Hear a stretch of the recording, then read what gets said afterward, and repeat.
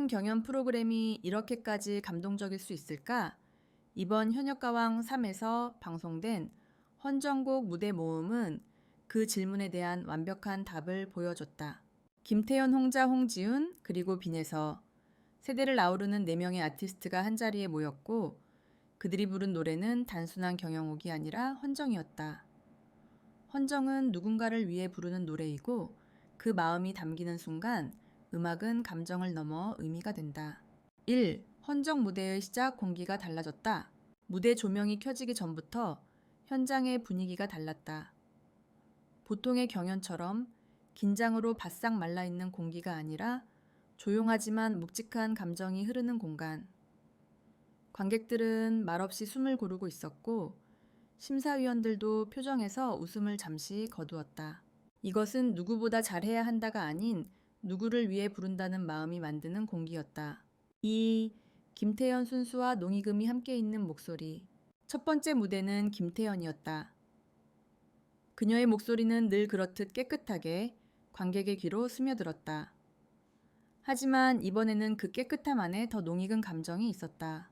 그녀는 소리를 밀지 않고 과장하지도 않았다. 오히려 소리를 매우 조심스럽게 다루며 헌정이라는 무대의 무게를 이해하는 듯한 표현을 보여줬다. 특히 고음에서 잠시 멈칫한 지점에서 관객이 숨을 내쉬었다. 그 잠깐의 여백이 감정의 흐름을 강하게 만들었기 때문이다. 이 아이는 점점 노래를 아는 사람으로 성장하고 있다. 심사위원의 말은 짧지만 정확했다. 사맘 홍자 눈빛으로 부르는 트로트. 그 다음 무대는 홍자였다. 홍자는 감정을 눈빛으로 부르는 타입의 가수다. 가사 한 줄 넘어갈 때마다 눈이 흔들리고 방향이 달라지고 농도가 달라진다. 헌정곡이라는 프레임에서 홍자의 감정선은 훨씬 더 설득력을 가졌다. 그 감정이 슬픔이든 사랑이든 위로든 모든 감정은 청자의 감정과 연결되어야만 진짜가 된다. 그날 관객들은 연결된 감정을 느꼈다.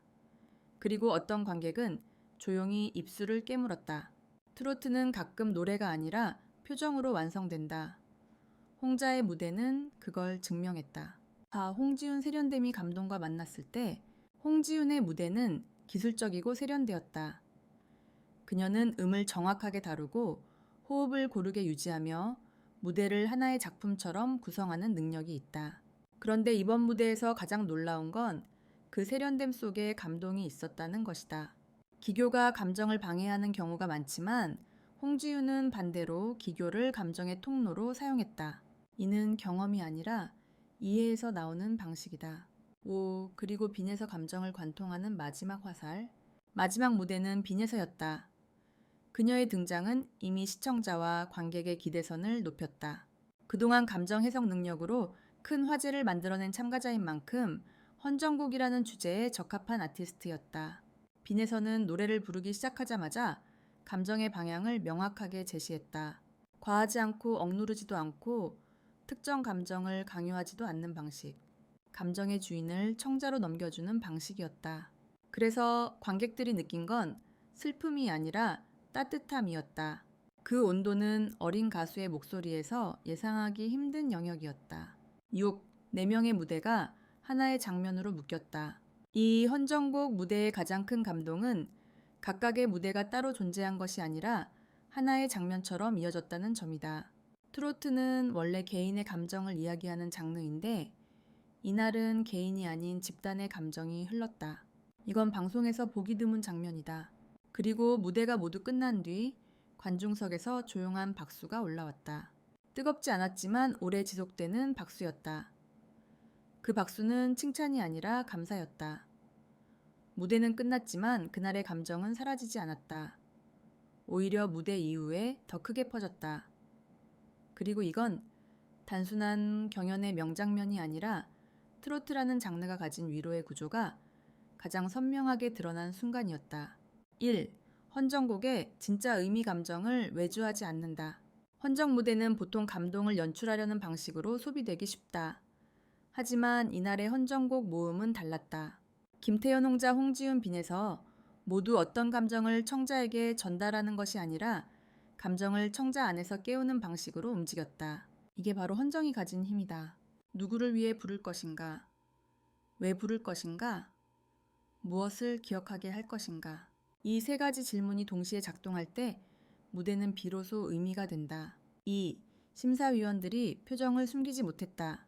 평소에는 기술과 전달력을 냉정하게 분석하는 심사위원들조차 이번만큼은 마음을 차에 정리하지 못한 모습이었다.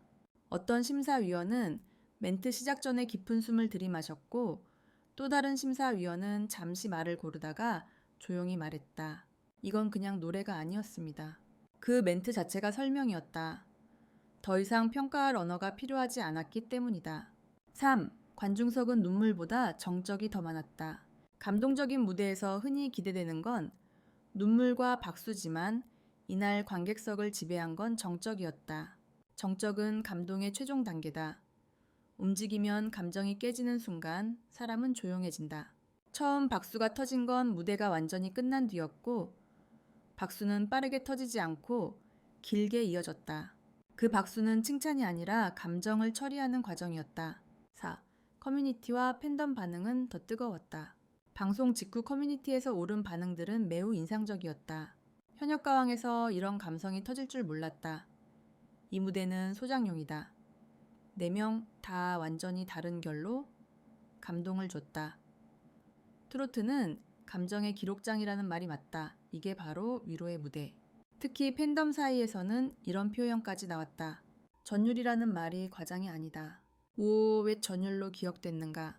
이번 무대를 설명하는 키워드는 3가지다. 1세대의 결합, 2 감정의 정직함, 3 의미의 공유. 트로트는 원래 세대 간의 감정을 연결하는 장르다.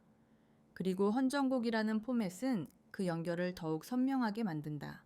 세대가 다른 4명의 가수가 각자의 방식으로 같은 주제를 풀어냈기 때문에 시청자들에게 감정의 파편이 흩어져 들어갔다. 그래서 전율이 생긴 것이다. 전율은 감동, 공감, 파르즈 의미를 합친 감정이다. 6. 이 무대가 남긴 다음 질문. 이 무대가 끝난 뒤 시청자들 사이에서 한 가지 질문이 나왔다. 그러면 앞으로는?